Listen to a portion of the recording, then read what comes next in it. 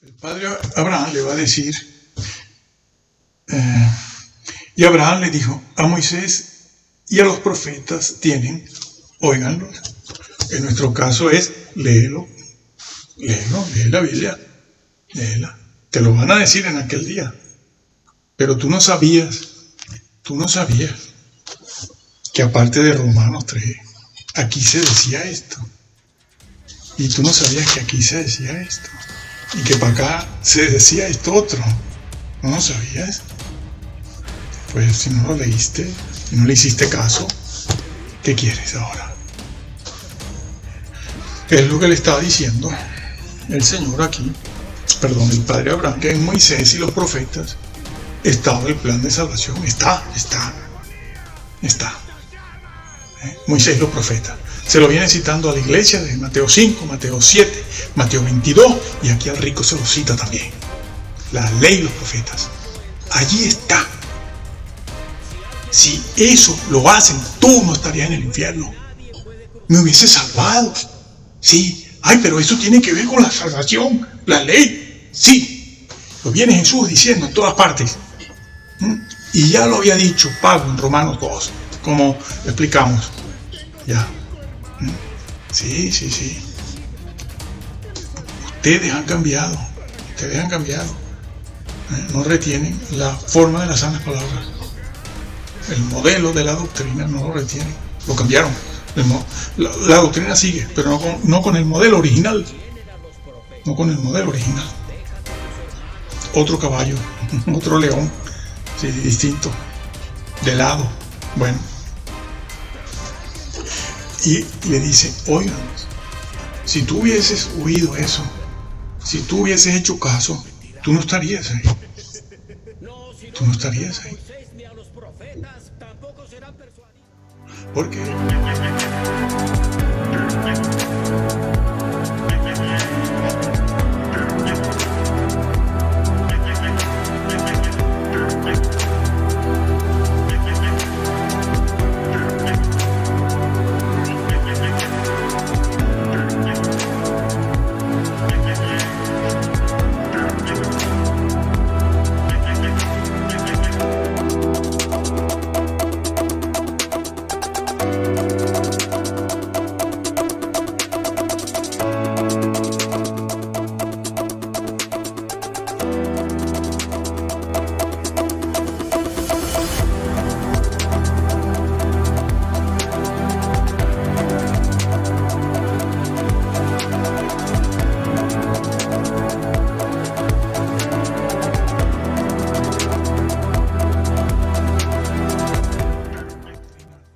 Estás cambiándolo todo y tu fe es una fe, como se decía allí, trastornada o una fe vana que no te va a salvar, Entonces, vamos a pasar inmediatamente a Lucas 16, porque también en Lucas otro evangelio.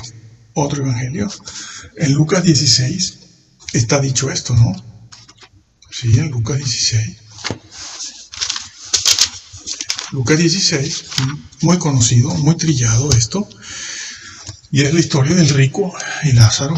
Y como yo sé que ustedes conocen la historia muy bien, yo voy a ir a los versículos que nos interesan aquí. El rico en el infierno, versículo 24, dice, entonces él, el rico, dando voces, dijo, Padre Abraham, ten misericordia de mí y envía a Lázaro para que moje la punta de su dedo en agua y refresque mi lengua porque estoy atormentado en llama.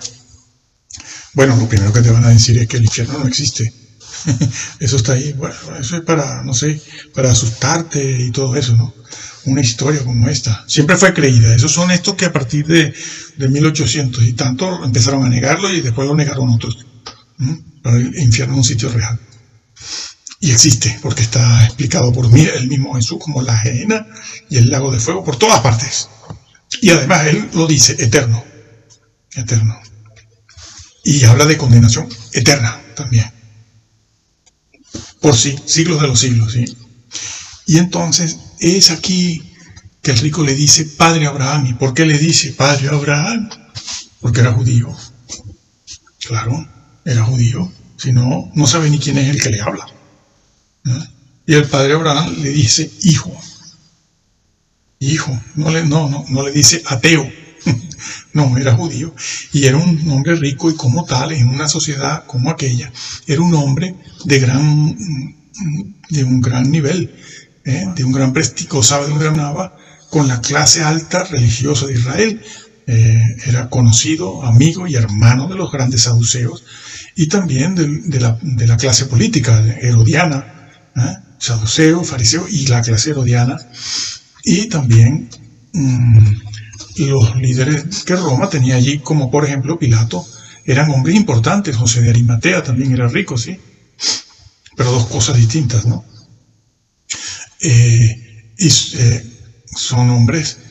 Eran hombres muy conocidos que se relacionaban a altos niveles. Y este señor no era ningún tonto. Por eso le dice, padre Abraham, manda a Lázaro. Todavía le sigue dando órdenes a Lázaro, sí. Todavía. En el infierno tus vicios y tus costumbres y tus errores continúan, ¿eh? Sí, señor. Y entonces, pero Abraham le dijo, hijo, acuérdate que recibiste tus bienes en tu vida y Lázaro también males. Pero tú ahora, Lázaro también males, pero ahora este es consolado aquí y tú eres atormentado. Pareciera que se está hablando, este señor no fuera creyente. Claro que era creyente, sacrificaba corderos y todo, sobre todo como un judío rico, porque por ser rico precisamente, por estar en esa condición, él era un personaje visible, ¿no? Y un personaje que, por esa amistad que tenía con todos, iría al templo a ofrecer sus corderos, pero eso no era suficiente. Y ya deja entrever aquí el padre Abraham que hay algo que él no hacía. No cumplía con esa parte de Levítico y de Deuteronomio, donde la ley le obligaba, no a la limosna, sino que le obligaba a atender a los pobres de Israel como personaje rico que era en su sociedad. Le obligaba. Bueno, tenía que dar la limosna, claro que sí, a eso me refiero. Tenía que darla, tenía que atender a esa persona que aparte de ser un indigente estaba enferma permanentemente en su propia puerta. ¿Se acuerdan que hace dos mensajes atrás, hablamos de la limosna que está en el Sermón del Monte? ¿Por qué? Porque eso es moral. ¿Por qué es moral? Porque la pobreza es moral. ¿En qué sentido? Porque la pobreza es violencia, amigo. Es violencia, genera violencia. Y eso es un aspecto moral de esa situación. Pero en ese tema aquí no vamos a entrar. Se los digo de paso y ya el que quiera personalmente puede averiguar todo lo demás. Aquí seguimos en la exégesis y en lo que la Biblia dice y establece. Y entonces le está diciendo tú no cumpliste con tu obligación. Decálogo. Sí, señor, ley moral. Tenías que haberlo hecho. Entonces, era salvo. Claro que era salvo como buen judío. Pero la salvación que él tenía como judío, llamado, elegido, destinado como la nación de Israel, era una nación llamada y elegida a ser una nación, la nación toda sacerdotes para el resto del mundo. Una nación de sacerdotes para el resto del mundo. Y él no hizo eso. Usted conocía, usted sabía. Va a hablar de eso ahora más adelante. Ahora, el mismo rico va a sacar la palabra arrepentimiento, sí. Ya está, ya se ubicó en la salvación. Claro, porque ese es el tema. Pero bueno, regreso un poco atrás. Y entonces dice eso. Le dice eso. Usted no cumplió, amigo. Él también era creyente. No podía sacrificar corderos. No podía ir al templo por su condición de enfermo, de inútil, en camilla. Hasta los perros le lamían las heridas. Pero era un temeroso de Yahvé. Y tú que te creías un bendito de Yahvé porque eres rico, como todos estos, ¿no? Claro, es que una persona rica o una persona de clase media o media alta que viste bien, que se presenta en el púlpito con corbata y todo lo demás, pasa por piadoso, no me digan que no, pasa por piadoso, muy piadoso, y si tiene familia más todavía. ¿Ah? Y él también creía eso. Eso está engramado también en el cerebro. Sí, señor, nacemos con esos conceptos, nadie nos impone esos conceptos, nacemos con ellos. Si la doctrina no te lo cambia, usted como cristiano, sea judío o sea cristiano, usted sigue con esos conceptos errados. Tiene usted que cambiarlos. ¿Cómo? Informándose, leyendo. Nada de que Dios solo quiere personas que no sean ateas, no. Quieren personas que conozcan la voluntad de Dios y su ley. Entonces, ya el padre Abraham se lo saca. Pero ¿qué pasa? Que el rico mismo va a ir al grano del asunto. En el versículo 27, entonces le dijo: te ruego pues, padre, que le envíes a la casa de mi padre, porque tengo 5 hermanos, para que les testifique, a fin de que no vengan ellos también a este lugar de tormento. Eso es una historia real. Si no, no estaría haciendo referencia a sitios y a lugares. En las metáforas eso no se hace. Como cuando Jesús habló de Jonás. Citó a Jonás, ¿no? La señal de Jonás. Algunos cristianos dicen: no, eso es una metáfora. ¿Cómo va a ser una metáfora? Jesús está citando, haciendo referencia a una metáfora. ¿Desde cuándo, señores? Pero bueno, ustedes, ¿dónde han estudiado ustedes? ¿Dónde se han informado? Nunca se utilizan las metáforas para hacer una referencia histórica. También lo hicieron con el huerto del Edén.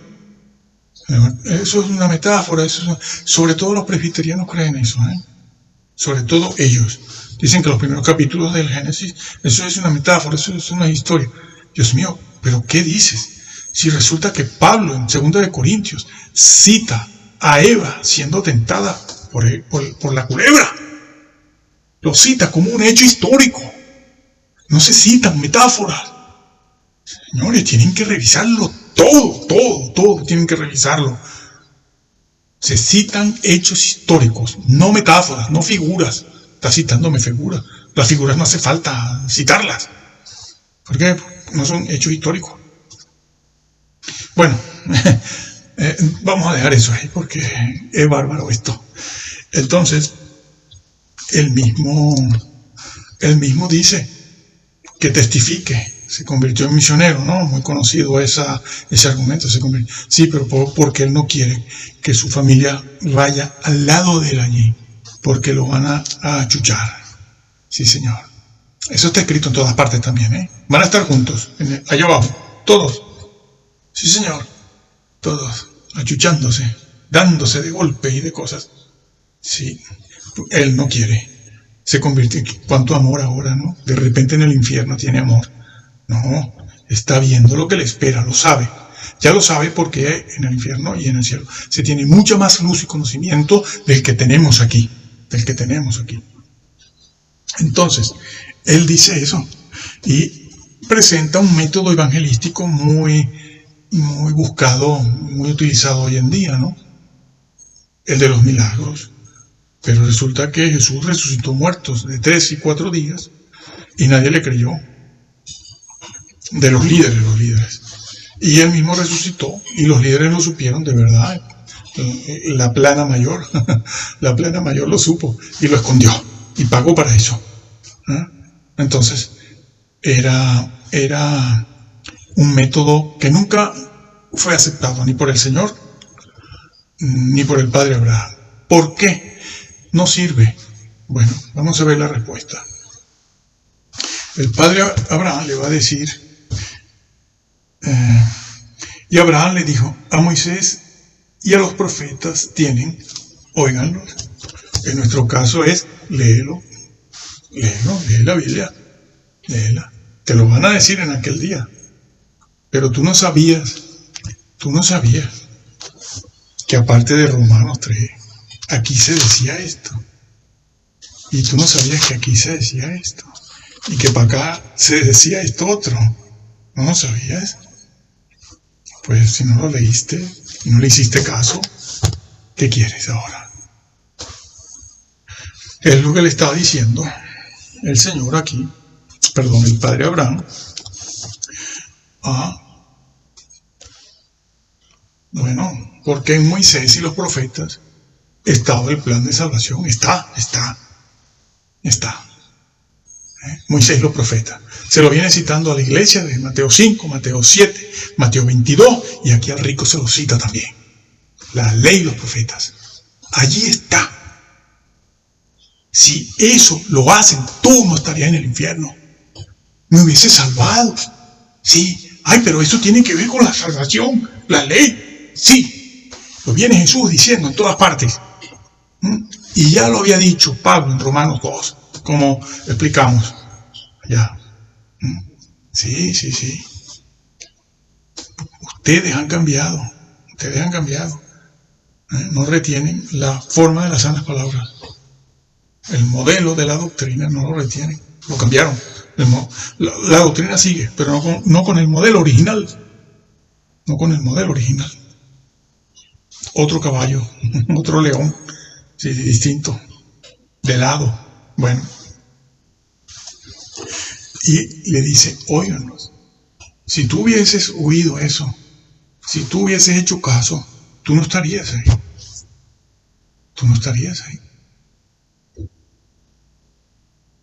Porque no les enseñan que el decálogo es un medio de salvación. Cuando Dios dio el decálogo en el Sinaí,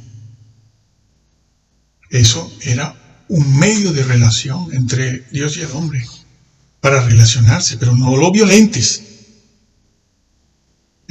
No dijo, bueno, yo te doy el decálogo para que sepas, pero bueno, tú tienes fe ya, ¿no? Tú crees en mí, ya está, ya eres algo. No. Te estoy dando el decálogo para que sepas cómo relacionarte conmigo y entres en el reino. Hombre, yo tengo las ovejas que las sacrifico. Las ovejas no son un medio de salvación. ¿Quién dijo eso?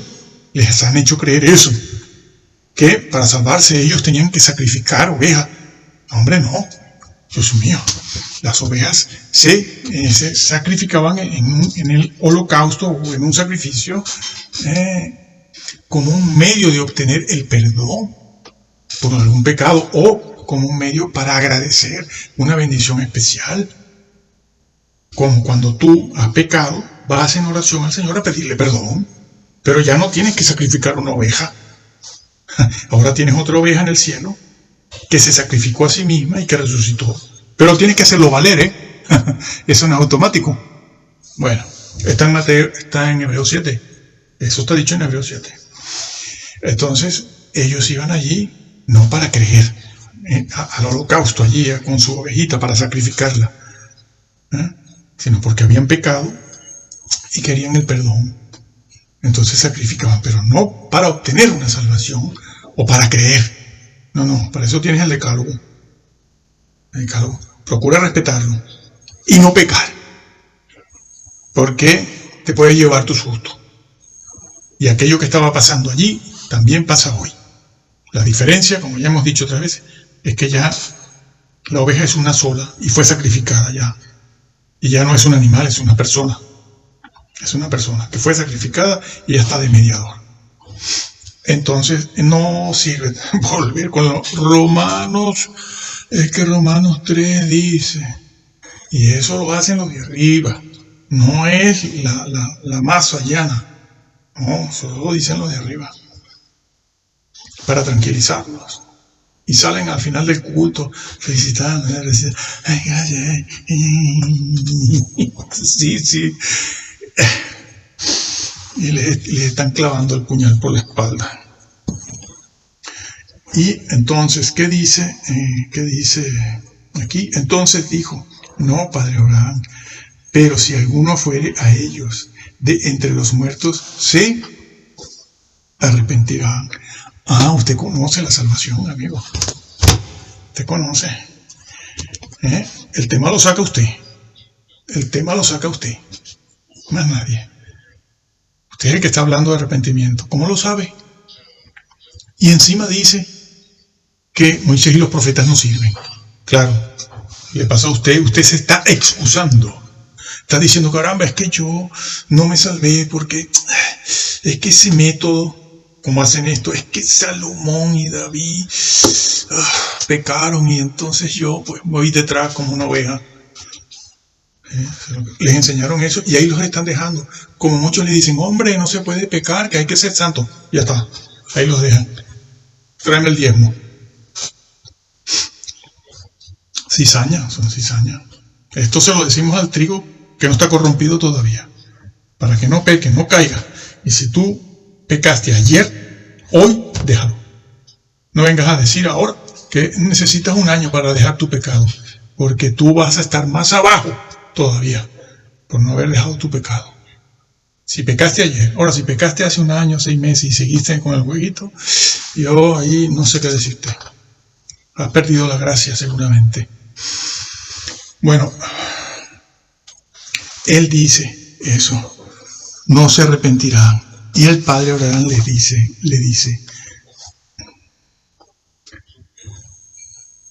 el padre Abraham le dice, si no oyen a Moisés y a los profetas, tampoco se persuadirán, aunque alguno se levante de los muertos. Y sabemos que Jesús se levantó otro y no pasó nada. ¿Pero por qué? Porque un milagro lo que hace, de esa naturaleza y de cualquier otra naturaleza, lo que hace es, primero que nada, impresionar tu mente, como es lógico que suceda. Tus neuronas quedan impresionadas por el hecho sobrenatural, porque es un hecho que no acostumbramos a ver, el que sea, el milagro que sea. No acostumbramos a ver y sabemos que eso se sale del orden natural. Se sale del orden natural. Y eso crea una impresión en todo el mundo. Más o menos, en unos más que en otros. Y hay personas que incluso son indiferentes a esas cosas. Pero crea hay un choque, ¿no? Porque no es natural eso. Pero eso está a nivel mental, intelectual. Aunque ocurra en medio de una iglesia, de un templo allí, se levanta un muerto que están velando. Eso no produce arrepentimiento. Eso no produce un cambio de vida. Eso no produce un reconocimiento del pecado. Y no produce una reorientación de la persona hacia la vida espiritual piadosa y hacia la obediencia a los mandamientos.